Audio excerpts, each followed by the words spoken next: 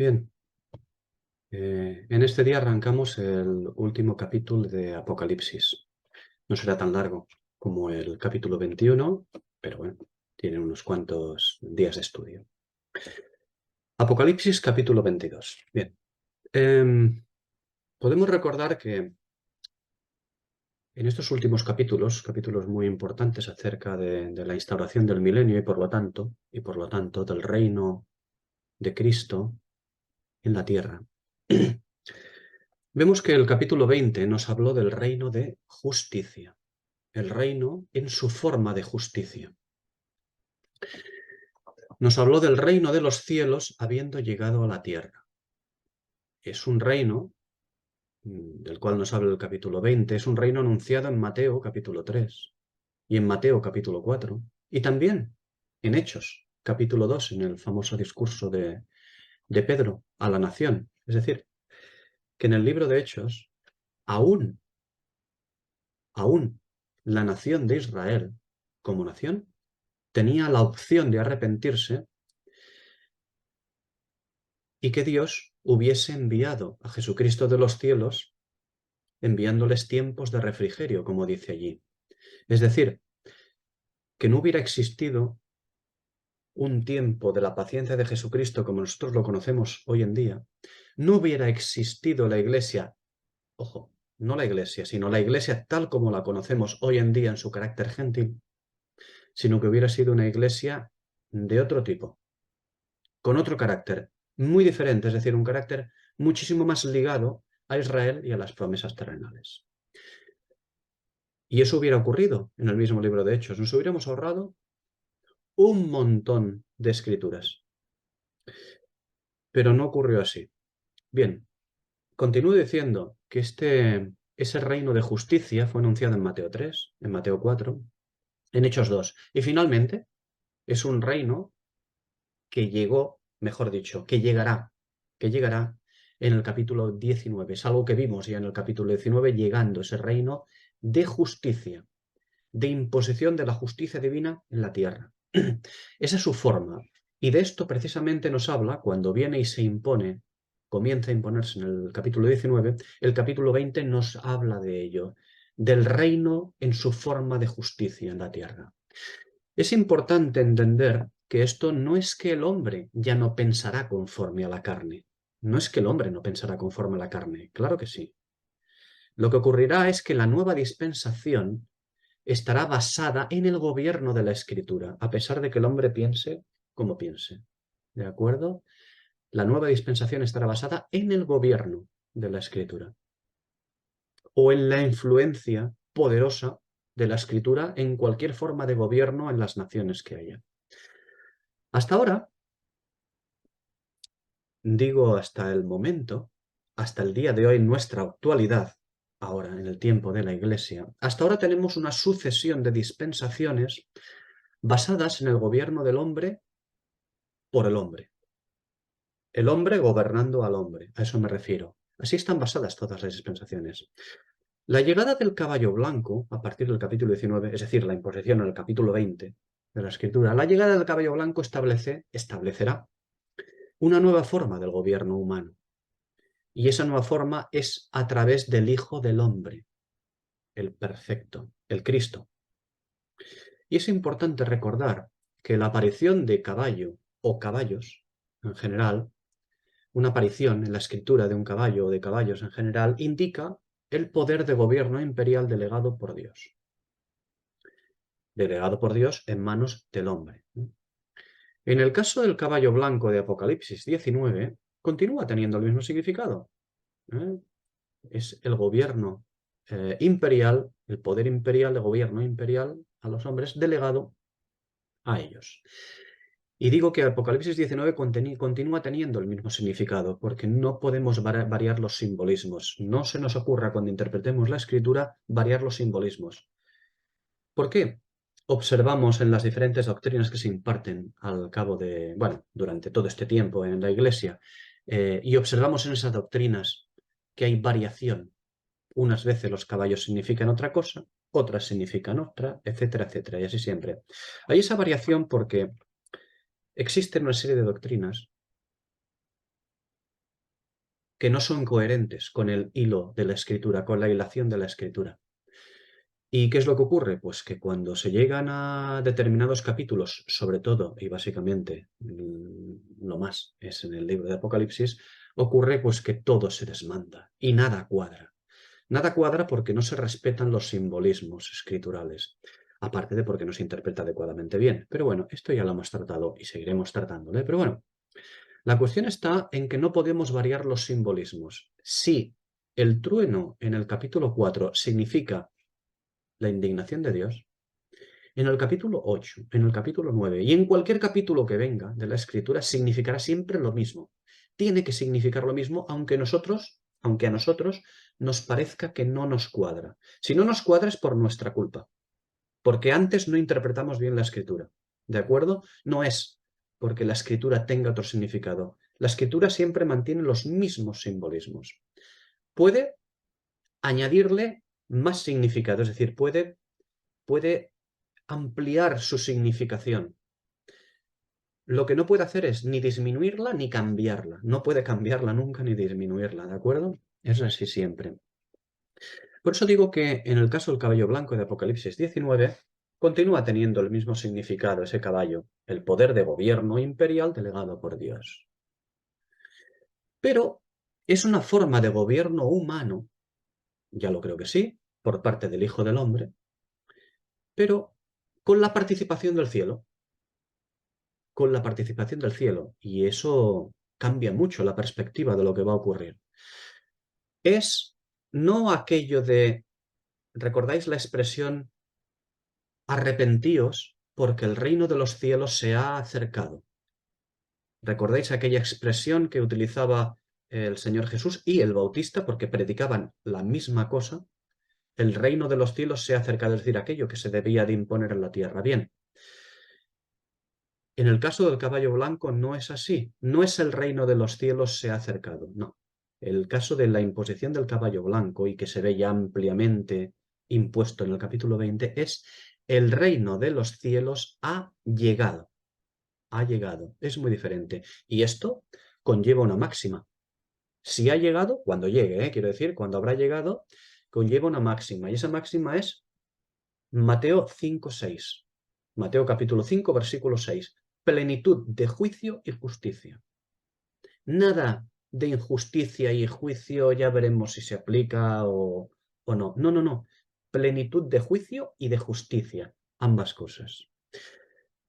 Esta aplicación de juicio y justicia plena es algo que el hombre del milenio, no podrá rechazar. No se puede rechazar como se rechaza ahora. No se podrá evadir. Uno no se podrá alienar. No se lo podrá saltar con trampas. No podrá ser. La palabra de Dios para salvación de alma y conocimiento divino en Cristo por el Espíritu sí que podrá rechazarse. Claro que sí. Como aquello que es la salvación de alma y conocimiento divino en Cristo por el Espíritu. Eso sí que puede rechazarse. O podemos llamarlo rechazarse o no llegar a recibirlo, no llegar a comprenderlo, a recibir esto. Como hasta ahora. Poder rechazarse como hasta ahora. Pero la palabra de Dios para gobierno del hombre, no. Es decir, la palabra de Dios para salvación del alma se puede rechazar, se puede no aceptar. Pero la misma palabra de Dios, en su forma de justicia aplicada al hombre, no se puede rechazar. Es impuesto.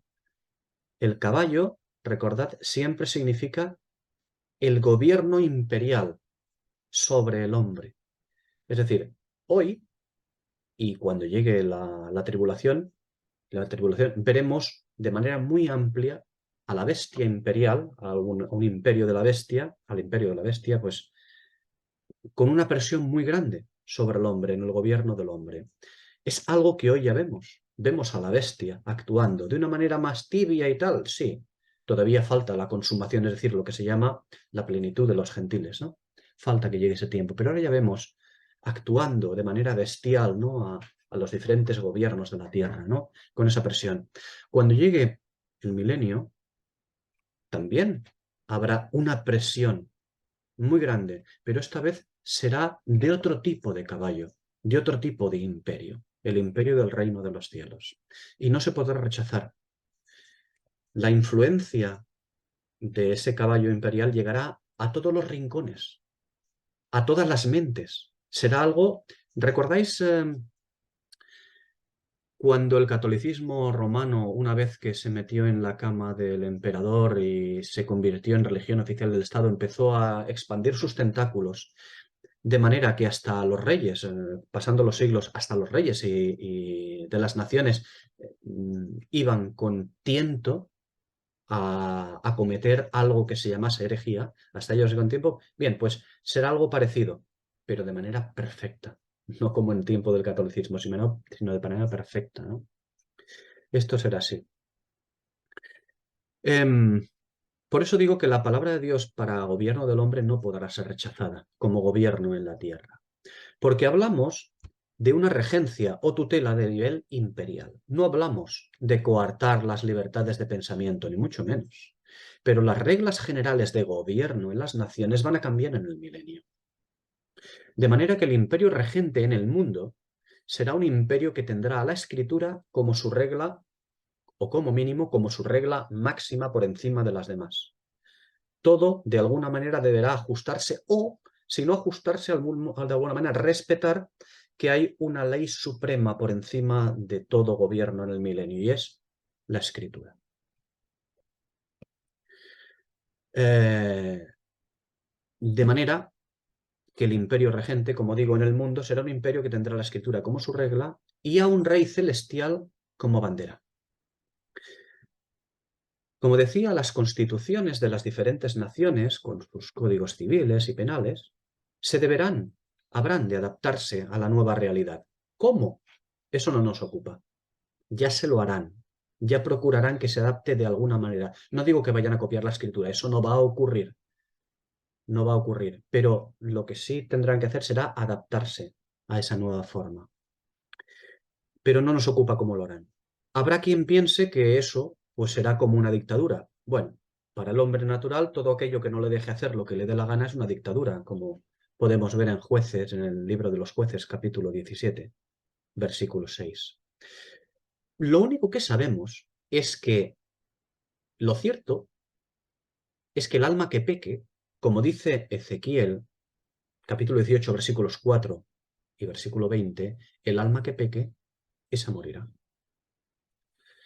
Repito, en el tiempo del milenio se trata de gobierno humano. El capítulo 20 se trata de gobierno humano, del gobierno de los hombres.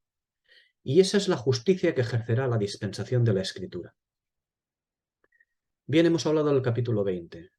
El capítulo 21, el que nos ha tenido ocupados 23 estudios o así. 24, no recuerdo. El capítulo 21 que hemos visto en los últimos tiempos nos ha ofrecido otra visión de ese mismo tiempo milenial del capítulo 20. Pero es una visión diferente a la imposición de justicia del capítulo 20. El capítulo 21 nos ofrece la misma escritura, pero esta vez en forma de luz y sanidad, llamando a todo aquel que esté bajo el gobierno del imperio blanco, es decir, del imperio del gobierno humano, del gobierno de la escritura, llama a todos aquellos a recibir el evangelio eterno de salvación. Esto es, llama para que cualquiera que lo escuche y lo acepte, llegue a formar parte de la familia de la fe. Es decir, para llegar al estado que muestra Apocalipsis 22 de los versículos 1 a 5. Y para ello, el hombre deberá mirar a la Nueva Jerusalén como miró a la serpiente de bronce en el desierto. Y deberá saludar y besar aquello que le ofrece. ¿Y qué es lo que le ofrece? Lo que le ofrecerá a la Nueva Jerusalén, es decir, el cuerpo de santos llamado Nueva Jerusalén. Ese tabernáculo de testimonio para el hombre milenial. Pues lo que le ofrece lo hemos visto en el capítulo 21. Esos cimientos de piedras preciosas, ese jaspe, ese oro de la gloria divina, ese vidrio de eternidad, ese cristal de gloria aplicada, Es decir, cuando digo que deberá saludar y besar a aquello que le ofrece la Nueva Jerusalén, mirándola como miraban a la serpiente de bronce en el desierto, deberá mirar el oro, la plata y las piedras preciosas de su vestido, del vestido de la Nueva Jerusalén, del vestido de la esposa. Porque sólo así recibirán a Cristo. Oro, la justicia divina; plata, la palabra de Dios; piedras preciosas de su vestido, la sabiduría divina. Solamente así podrán recibir a Cristo.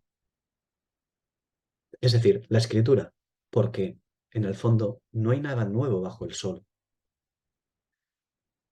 Los últimos versículos del capítulo 21 de Apocalipsis, que son los versículos 24 a 27, instan al hombre milenial a caminar a la luz del tabernáculo, de este tabernáculo que en el versículo 3 del capítulo 21 se les presenta, esa esposa, ese testimonio.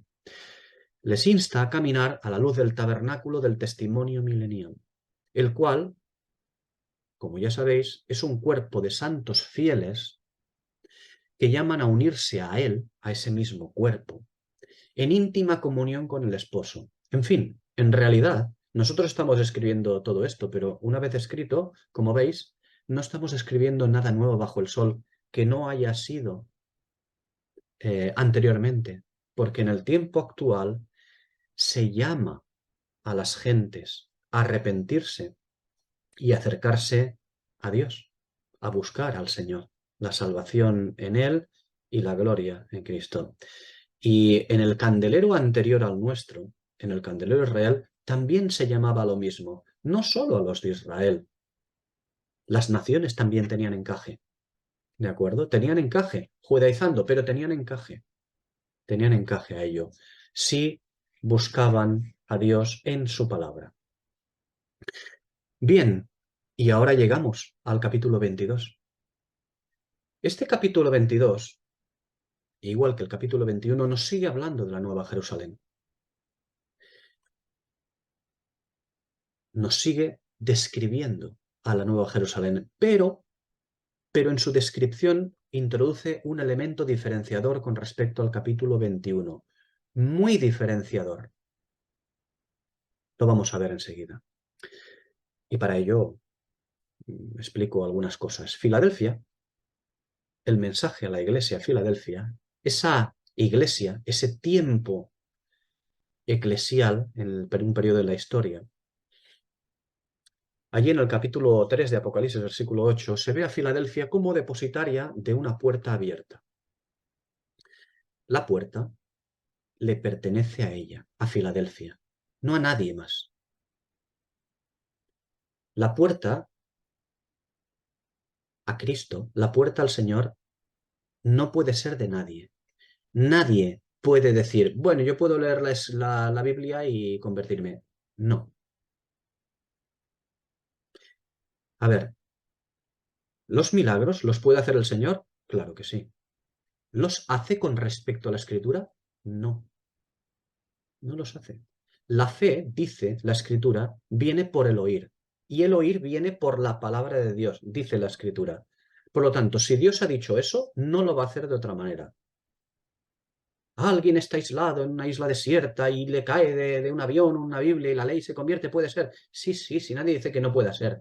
Pero eso es una excepción, es excepción entre las excepciones. Esa no es la regla. La regla, y es de Dios esa regla, es que la fe viene por el oír y el oír por la palabra de Dios. Y a esto no se llega si no es por medio del testimonio que Dios ha puesto en la tierra, la Iglesia. Por lo tanto, ¿a quién le pertenece la puerta? Lo hemos visto en Apocalipsis 21. La puerta pertenece a la perla, pertenece al candelero divino. Y en este caso lo vimos, como hemos dicho, en el mensaje a Filadelfia, donde Filadelfia es depositaria de esta puerta abierta, le pertenece a ella. No se puede llegar a Dios de ninguna otra manera. Le guste a la gente o no le guste, no se puede llegar. La puerta le pertenece a ella, es su guardiana. En el capítulo 21 de Apocalipsis, la ciudad es presentada al hombre del milenio ¿Para qué? En el capítulo 21, para que el hombre del milenio la contemple. Para que todo el hombre del milenio, que serán llamados a contemplarla, la contemple. ¿Cómo? De dos maneras lo hemos visto en Apocalipsis capítulo 21 que se contempla esta ciudad. Se contempla desde lejos y, avanzado Apocalipsis 21, se contempla desde la puerta de entrada. Cuando vemos Apocalipsis capítulo 21 versículos 10 a 20, allí la vemos contemplada, la Nueva Jerusalén, desde lejos, desde el monte alto, ese monte alto que identifica al imperio de justicia donde las naciones tienen que circunscribirse en el milenio. Tiene que circunscribirse al monte alto, a un imperio sobre ellos de justicia. Y desde allí van a contemplar a esa nueva Jerusalén, a ese tabernáculo. Desde allí deben contemplarlo, porque si no están allí, si no pertenecen al terreno de bendición, no podrán contemplarlo. Solamente se puede contemplar a la nueva Jerusalén, solamente se puede contemplar la salvación de Dios desde el candelero, desde el terreno de Dios. ¿De acuerdo? Siempre es así. Por eso digo que se contempla en esos versículos a la Nueva Jerusalén, a la esposa, se la contempla viendo esa ciudad desde el exterior, no desde el interior, desde el exterior. En el mismo Apocalipsis 21, versículos 21 a 27 hasta el final, se la contempla de una manera diferente a aquella que se le han contemplado desde los versículos 10 a 20. Se la contempla ya desde la puerta, no dentro, pero sí desde la puerta, una puerta abierta. Como dice a Filadelfia, he puesto delante de ti una puerta abierta. Y esa es desde esa puerta desde la que se contempla a la Nueva Jerusalén. Desde donde, si recordáis, los versículos 21 a 27, desde donde se ve la plaza de la ciudad. No es cualquier cosa, porque la plaza de la ciudad, no la calle de la ciudad, como dice, la traducción es la plaza de la ciudad. La plaza de la ciudad, como ya vimos, es el lugar de los santos. Desde la puerta ya se contempla la plaza de la ciudad, el lugar de los santos, el lugar al que es llamado todo hombre. Esto es muy importante. Bien, estas son las dos formas en las cuales se puede contemplar a la Nueva Jerusalén. Se la contempla en Apocalipsis 21, es decir, en el capítulo de la llamada al hombre a buscar al Señor. Son los llamados, ¿eh? Pero al llegar, como digo, al capítulo 22, se la contempla a la Nueva Jerusalén de una manera diferente. Se la contempla desde el interior. La descripción es desde el interior, no desde fuera. Si observáis, lo veréis. Versículos 1 a 5 del capítulo 22 de Apocalipsis. La descripción es desde el interior. Es alguien que está en el interior y la está describiendo. No como en el capítulo 21, desde fuera o desde la puerta, pero la parte exterior de la puerta. Aquí ya está en el interior. Es decir, quien describe está entre los santos aquí en el capítulo 22 ya. Y observar desde el interior implica que se ha cruzado la puerta. Y esa implicación es muy grande. Tanto que ya no solo ves a los santos, sino a ti mismo contado entre ellos.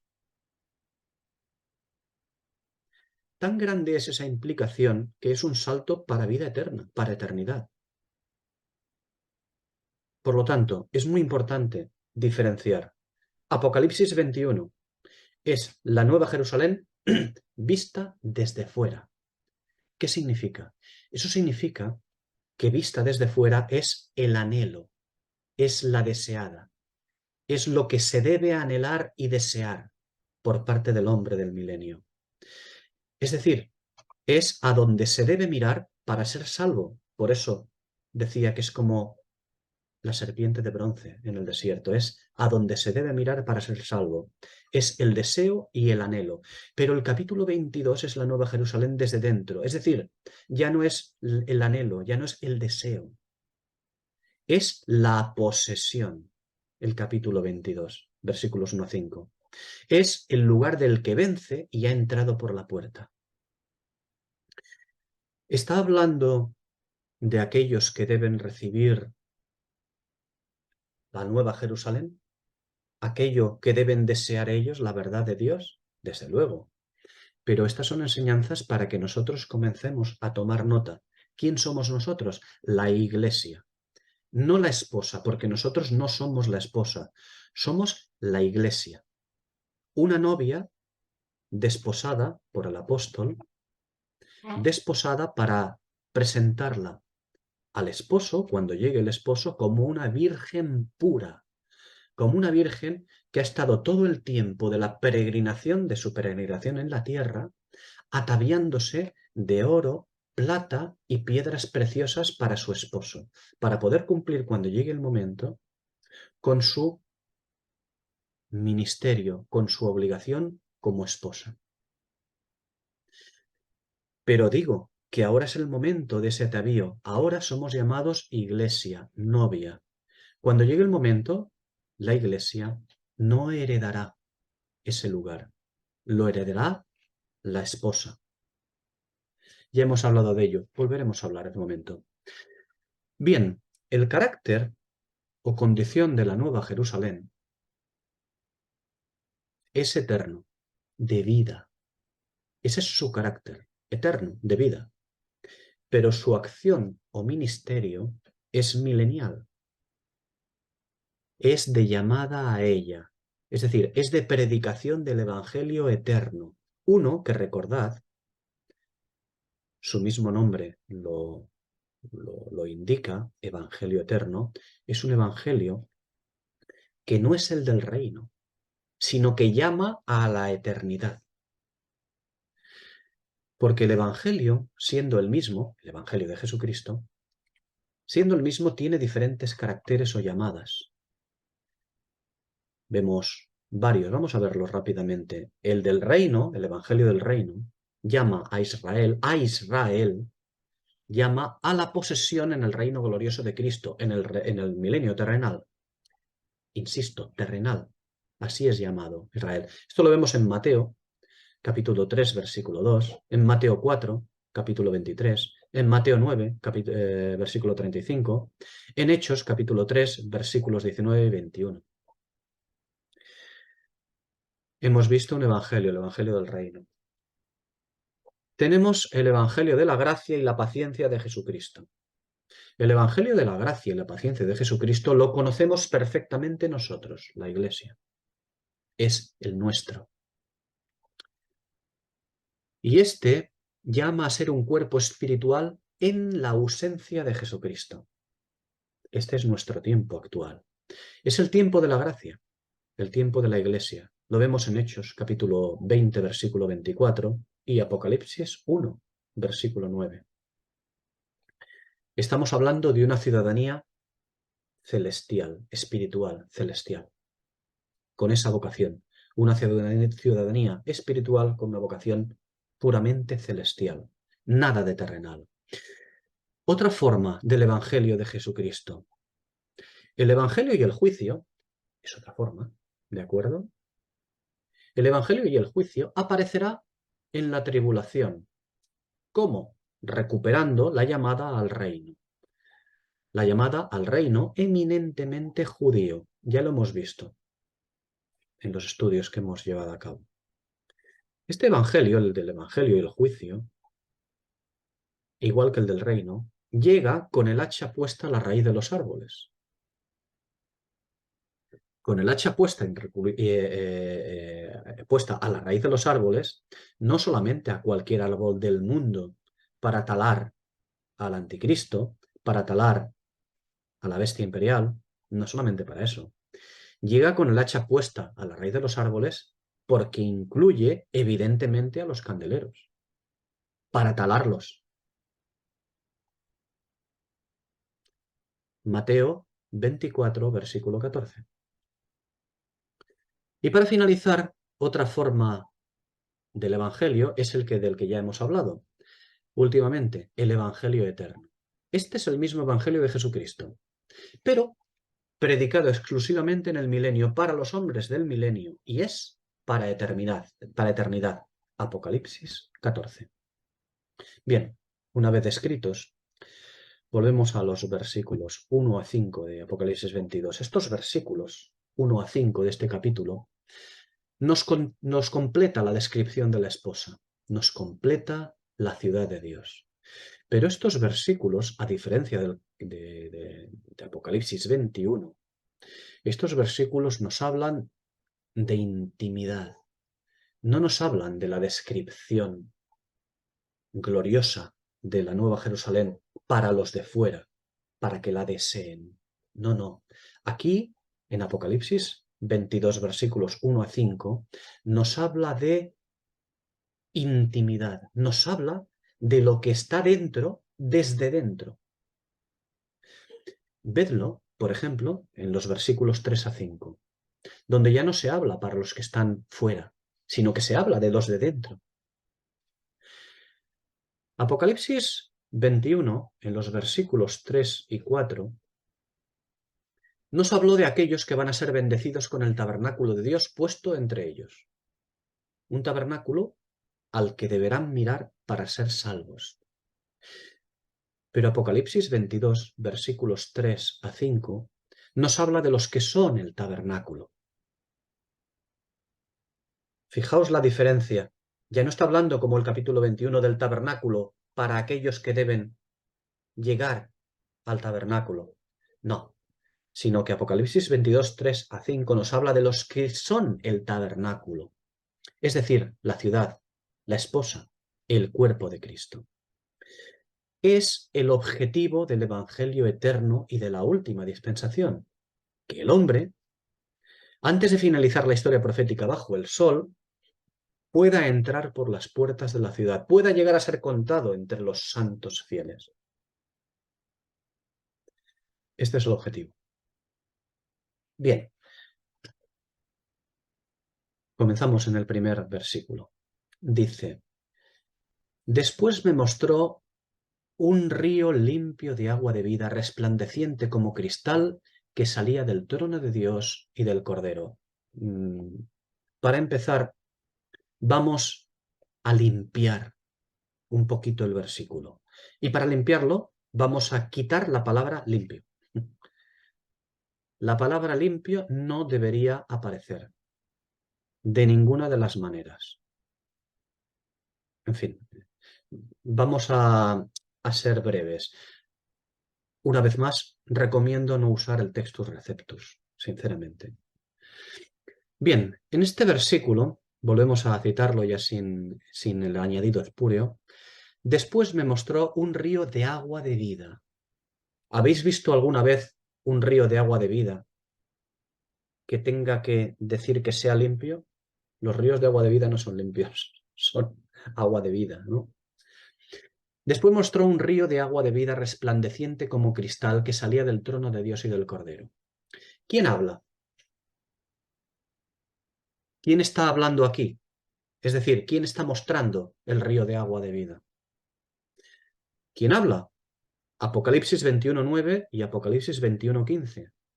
Sigue hablando el portador del ministerio profético de la historia de la Iglesia en la tierra.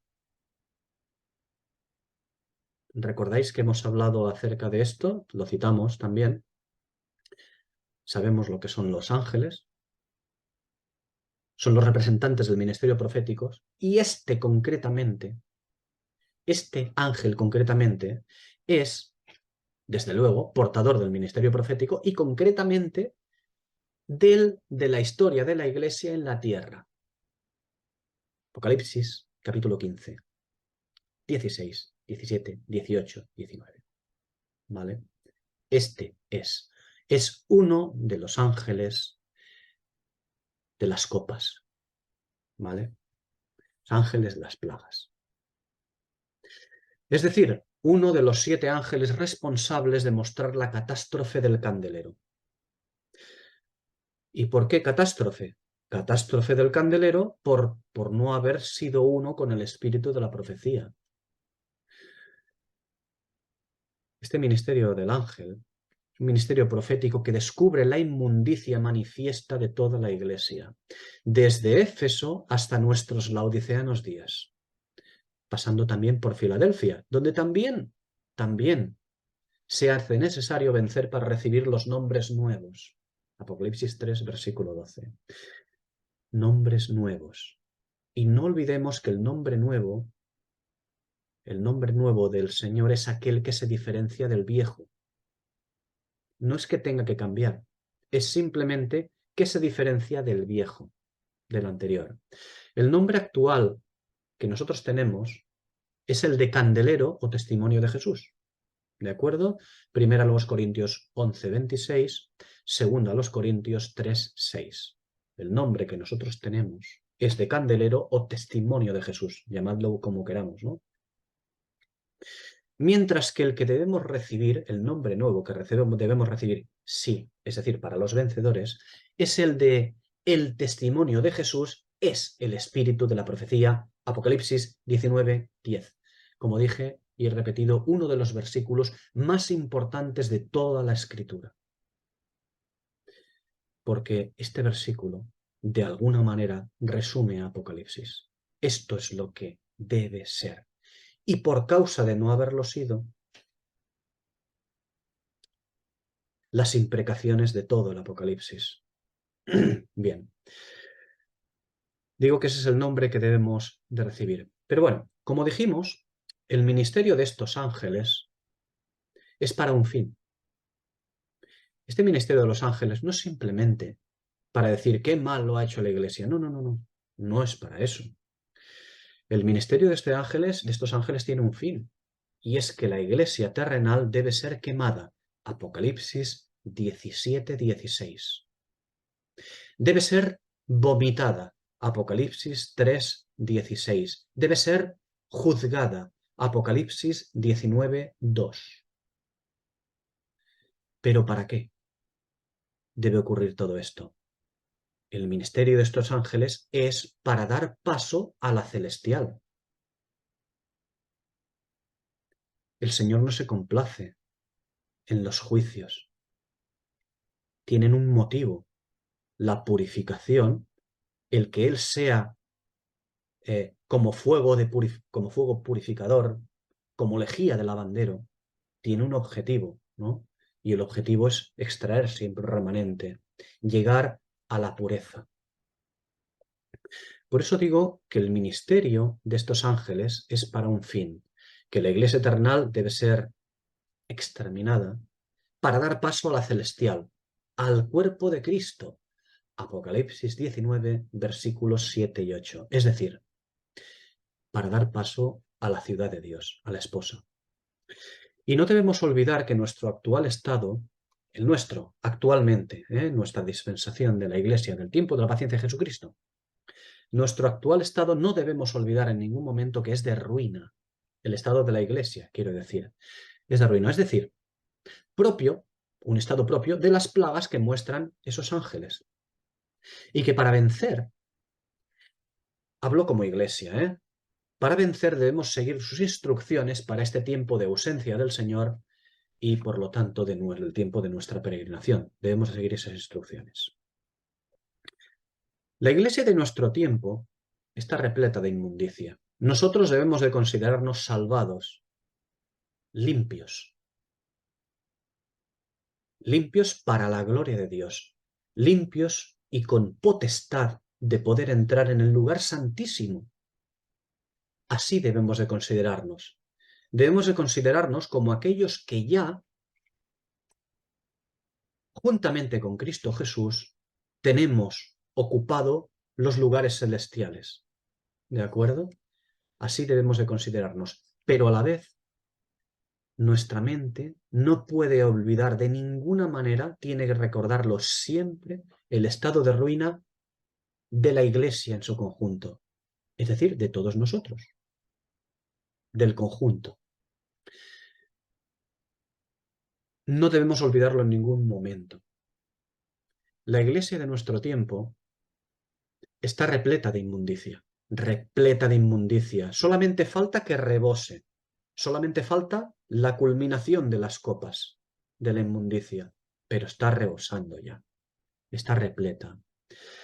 Por lo tanto, es necesario que haya un arrebatamiento para poder ejecutar juicio a una iglesia que camina bajo la tutela de Babel, que camina bajo la tutela de la carne. Por eso es necesario el arrebatamiento. No es meramente un premio el arrebatamiento. El arrebatamiento es para extraer un remanente para ser la esposa.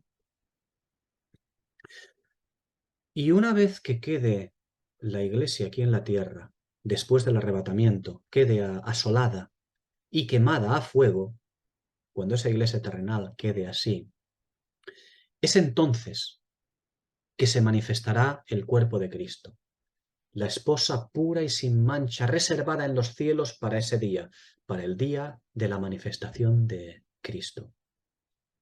Y por lo tanto, para su propia manifestación al mundo, como aquel tabernáculo, como aquella nueva Jerusalén que se manifiesta al mundo. Entonces se manifestará el cuerpo de Cristo, entonces se manifestará esa esposa, entonces se manifestará ese tabernáculo, entonces se manifestará la nueva Jerusalén. Es decir, de entre esa iglesia, de entre la iglesia que nosotros conocemos, nuestra iglesia hoy en día, de entre esa iglesia será tomado un remanente salvo, los vencedores. Solo un remanente. Porque así es como siempre ha sido. Solo un remanente siempre. ¿Qué creíamos? Solo se tomará un remanente, como siempre ha sido en la Escritura, porque no hay nada nuevo bajo el sol. En la Escritura siempre nos muestra que el hombre al que Dios ha dado el candelero, al que Dios ha dado su testimonio en la tierra, ha ido transgrediendo constantemente. ¿Y qué hace Dios? Solamente acaba escogiendo un remanente para continuar con su luz. Y la iglesia no será menos. El Señor tomará un remanente como luz. Porque digo que siempre ha sido así, y lo será. No hay nada nuevo bajo el sol. Por lo tanto, hablando de este ángel, el que habla, ¿qué hace aquí este ángel sino continuar su ministerio profético? Continúa su ministerio profético. El ministerio profético de la perla, el ministerio profético de la gentil, la que, una vez purificada por fuego, ya no es llamada iglesia, ya es llamada la esposa, la ciudad de Dios. El mismo ángel de las plagas es el que muestra el río de agua de vida. ¿Por qué? Aquí viene la pregunta. ¿Por qué un ministerio para muerte, del que ha estado haciendo gala Ángel durante varios capítulos? ¿Por qué un ministerio para muerte puede ser asimismo también para vida? ¿Por qué el ministerio de este ángel, que ha sido para muerte, ahora resulta que es para vida? Pues porque no es un ministerio para muerte, el del ángel, sino un ministerio profético. La presencia de un ángel, recordamos, indica siempre ministerio profético, es decir, manifestación de la verdad de arriba, la escritura. Y esta verdad siempre es santa por ser divina. Esa santidad y justicia la podemos ver en los ceñidores de oro de Apocalipsis 15, versículo 6, donde se manifiesta este ángel, estos ángeles. Y el contacto con aquello que es santo, puede otorgar infinita bendición, pero también maldición, muerte, juicio. Ya lo sabemos.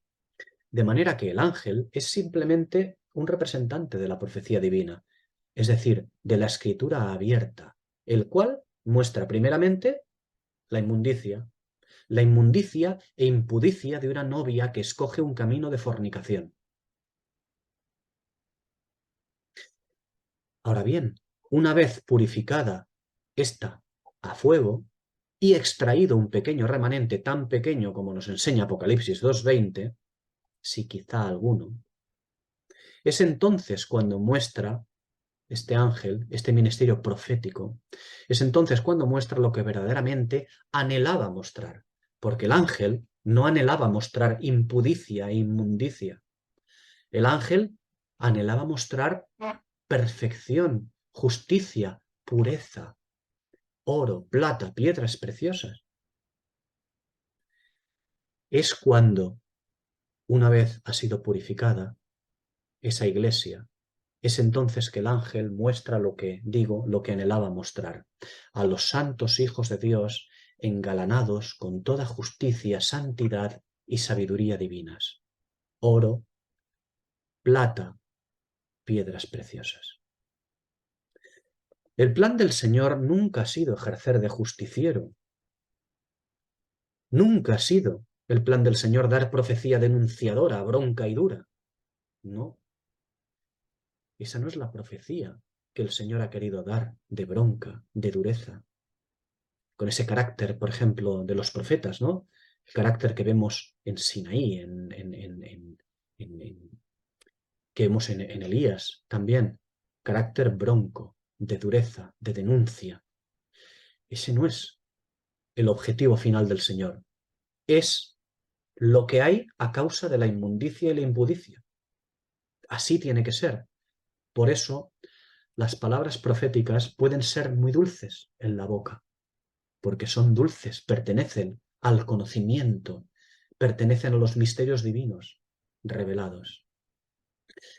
Pero en la boca es dulce. Ahora bien, en el estómago es amarga, muy, muy amarga, desgraciadamente. En fin, por eso digo que el plan del Señor no ha sido nunca dar profecía para dureza y bronca, no, sino lo que quiere el Señor es que, lo que quiere el Espíritu, lo que quiere Dios, es que todos conozcan la profecía de la verdad santa y perfecta, la profecía de las piedras preciosas, aquello que es la Escritura, el Verbo de Dios. La Escritura puede ser para condenación o puede ser para bendición eterna, perfecta, enorme y absoluta. Es así. Esa es la profecía. Bien, comenzamos este primer versículo viendo, vamos a ver un río de agua de vida. Cuando habla de un río de agua de vida. Recordemos que los ríos, ya hablamos de ello en su momento, los ríos son corrientes de agua que producen vida en general, bendición, estabilidad.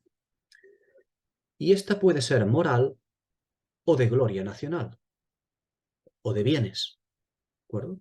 Puede ser de muchas cosas. Esto lo vemos, ¿dónde? Pues en diferentes capítulos, diferentes pasajes de la Escritura. Ezequiel, capítulo 30, versículo 12. Ezequiel, capítulo 47, versículo 59. Ezequiel, capítulo 31, versículo 4. Lo vemos también en Habacuc, capítulo 3, versículos 8 a 10. Lo vemos también en Juan, en su Evangelio, capítulo 7, versículo 38. Lo vemos en Isaías, capítulo 42, versículo 15. Isaías, todo el capítulo 30. Muy importante. E Isaías, capítulo 33, versículos 20 a 21. Eso es lo que son los ríos. Y el agua es aquello que debe limpiar.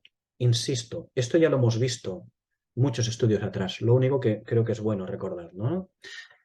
Como simbología, ¿no? En la escritura. ¿Por qué? Porque los símbolos siempre tienen que continuar siendo lo mismo. Si sí fueron esto en el capítulo 6 y en el capítulo 7, el capítulo 8, en el capítulo 9, seguirán siendo en el capítulo 22. Los símbolos de la escritura siempre tienen la misma significación. Bien. Bien, digo que hemos hablado de el río. Los ríos son corrientes de agua que producen vida en general, bendición, estabilidad y puede ser moral, de gloria nacional o de bienes. Bien. Mientras que el agua no habla de un río de vida, no, dice un río de agua de vida. Recordad, el Espíritu no coloca palabras porque sí de más. No tiene que decir que es un río de agua.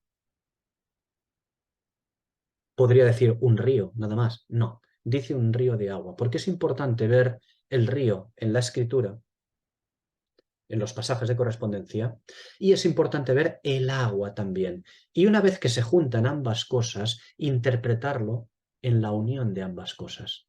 Porque el río en sí mismo no tiene por qué ser de vida, pero si se le añade la palabra agua, su simbolismo sí que lo implica. ¿De acuerdo? El agua es aquello que debe limpiar. Y eso lo vemos en sus correspondencias.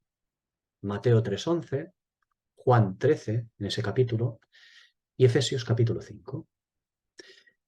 Digo que es lo que limpia. Lo vemos en estos pasajes que he citado. Hay otros pasajes, porque también es aquello, el agua es aquello que debe saciar nuestra sed. Mateo capítulo 10, versículo 42, y Juan en el capítulo 4. Importante también. Y el agua tiene que ver con la enseñanza, con el conocimiento, con aquello que debe guiar a los pueblos. Y este conocimiento puede ser bueno o puede ser malo. Puede ser bueno o puede ser malo. ¿Dónde vemos esto? Lo vemos en Santiago, capítulo 3, versículo 11. Y vemos estas cosas en Zacarías, capítulo 14, versículo 8, Habacuc, capítulo 2, versículo 14, Proverbios, capítulo 18, versículo 4, e Isaías, capítulo 12, versículo 3. Bien, este agua, además, es algo, como completa el versículo. Río de agua de vida. ¿De acuerdo? Río de agua de vida. Son tres cuestiones. Este agua es zao, es decir, vivificadora. Recordemos que zao no se debe traducir la vida en la carne. ¿De acuerdo? No se debe traducir la vida en la carne como contraste, y hablábamos de ello como contraste con estar muerto, la cual palabra sería necros, sino debemos verlo como la vida en contraste con la muerte, no con estar muerto, necros, sino con la muerte, thanatos. ¿De acuerdo? La vida en contraste con la muerte, thanatos. Zao indica vivificación, vida en toda la amplitud de la expresión. ¿Vale? De hecho, cada vez que vemos traducida la expresión Dios vivo, no se le hace justicia a la fuerza del idioma original, donde su significado tiene que ver con otorgar vida y está abundante. Por lo tanto, no es vivo. No se debe traducir Dios vivo, sino Dios vivificador, el que da vida. ¿De acuerdo? La primera vez que vemos, de hecho, esta expresión en la Escritura, este es el sentido que adopta. Salmo 42. Mi alma tiene sed de Dios, del Dios vivo, traduce. ¿Cuándo vendré y me presentaré delante de Dios? Salmo 84, versículo 2. Anhela mi alma y aún ardientemente desea los atrios de Jehová. Mi corazón y mi carne cantan al Dios vivo. Tiene que ver con eternidad esta expresión. Dios vivo. Traduce Dios vivo, pero no es Dios vivo, es Dios vivificador, el que da vida, ¿eh? No, no tanto vivificador que tendríamos que expresarla como Dios, no Dios vivo, sino Dios el que da vida, el que otorga vida, ¿de acuerdo? Hemos visto la primera vez que vemos esta expresión. Y digo también que esta expresión tiene que ver con eternidad, pero con una eternidad llena de vida. Jeremías 10:10, donde dice, mas Jehová es el Dios verdadero, Él es el Dios vivo y el Rey eterno. ¿De acuerdo? Pero el Dios vivo, siendo el que otorga vida y vida eterna, es exactamente el Dios vivo, el mismo Dios vivo, que está en consonancia con el ministerio profético. Y ahora, en el tiempo de la paciencia de Jesucristo, en el tiempo actual, ahora el ministerio profético, como hemos dicho en este mismo versículo ya, actúa en indignación. El ministerio profético es el que siente un vivo celo por Jehová Dios de los ejércitos. Primero de Reyes 19:10. Ahora, el ministerio profético actúa así, porque a causa de la inmundicia que hay. Si no, no actuaría así. De manera que el ministerio profético, los espíritus de los profetas, el ministerio profético como el del ángel, actúa en indignación y ya lo hace en el tiempo actual. Ojo, el ministerio profético en el tiempo actual, el don de profecía, no actúa con superioridad jactanciosa, ¿eh? La superioridad jactanciosa es completamente diferente de la indignación. La superioridad jactanciosa no tiene que ver con la indignación.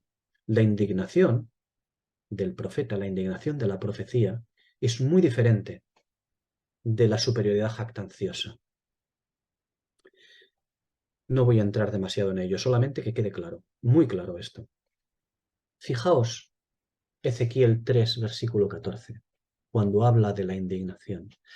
Me levantó pues el espíritu y me transportó, y fui en amargura, en la indignación de mi espíritu, mientras la mano de Jehová era fuerte sobre mí. Fijaos lo que produce en el profeta la indignación, produce amargura. El mismo versículo citado que hemos citado antes, el de Jeremías 10:10, mas Jehová es el Dios verdadero, el Dios vivo y el Rey eterno, nos enseña al que posee la vida eterna para darla a quien quiere. Pero también nos dice que a su ira tiembla la tierra. Ese versículo también dice, a su ira tiembla la tierra y las naciones no pueden aguantar su indignación. Es decir, lo mismo que el versículo dice una cosa, la segunda parte del versículo dice otra. Esto es lo mismo que hace la carta a los hebreos, que nos habla del Dios vivo, siendo el Dios de la indignación, y también el Dios de la gloria y la sanidad más absoluta. Fijaos, Hebreos 10:31 o 10:31. Horrenda cosa es caer en manos del Dios vivo. Uf, qué pasaje, ¿eh? Horrenda cosa es caer en manos del Dios vivificador, el Dios que otorga vida. Y dice, horrenda cosa es caer en sus manos.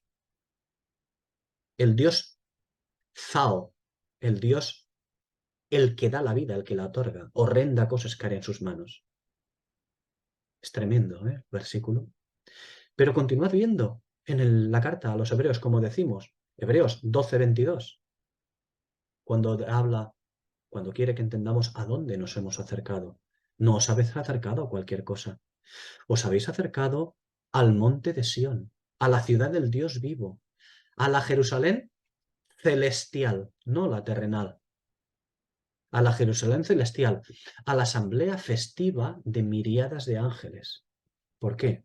Porque los ángeles, en el fondo, no quieren ejercer un ministerio profético de condenación. Los ángeles anhelan mirar una serie de cosas que debe de manifestarse en la novia, la que hoy contiene la iglesia. Porque Dios es el Dios de vida y el Dios de no vida. Por eso es el Dios Zao, Dios. Se traduce Dios vivo, pero es un error. El Dios vivificador, el Dios de vida. ¿De acuerdo? Deberíamos decir. Por eso digo que Dios es el Dios de vida y el Dios de no vida, como nos enseña Apocalipsis 20, versículos 4 y 5. Quien otorga vida y quien otorga no vida. Allí lo vimos en estos versículos. Y esto es prerrogativa del Dios de vida, el Dios Zao, el Dios vivificador. No de Dios en general, ¿de acuerdo? Sino del que es llamado Dios vivo, que traducen, mal traducido, pero bueno, del Dios vivo, cuando se especifica así. Porque es llamado así por el Espíritu por un motivo. Siempre tiene un motivo. Si se le llama Jehová, es por un motivo. Si se le llama el Todopoderoso, es por otro motivo. Si se le llama el día de Jesucristo, siendo el mismo día del Señor o siendo el mismo día de Jehová, cada uno, aun siendo el mismo día, tiene diferentes aspectos, connotaciones, caracteres para observar. Por lo tanto, cuando a Dios se le llama Dios vivo, Dios Zao, mejor el Dios de vida, tiene un objetivo, que lo veamos de esta manera. Bien, el ministerio profético, continuamos con el ministerio profético del ángel. El ministerio profético del ángel es en indignación, mientras que dura el tiempo de la indignación, ¿de acuerdo? Es decir, en tanto no deviene la manifestación gloriosa de los hijos de Dios que vimos en Romanos 8, versículos 18 a 21.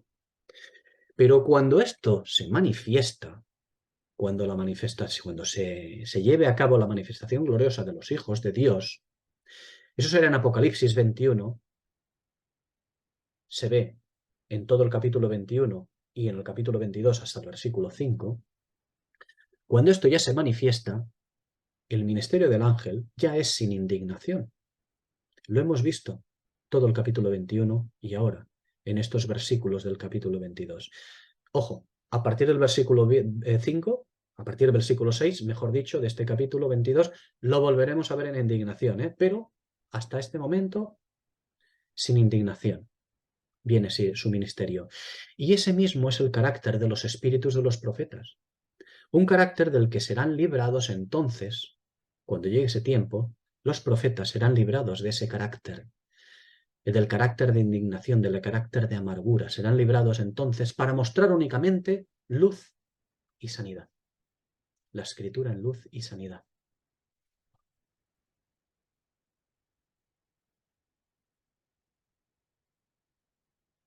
Bien, podemos dejarlo hoy aquí y el próximo día continuamos en el versículo 1. ¿De acuerdo? Continuamos el versículo 1 y si Dios quiere, sí. Y saltaremos también, haremos versículo 1 y saltaremos al versículo 2 también. Pero todavía queda un buen trozo para acabar el versículo 1. Pues lo dejamos aquí y continuamos el próximo día, si el Señor quiere.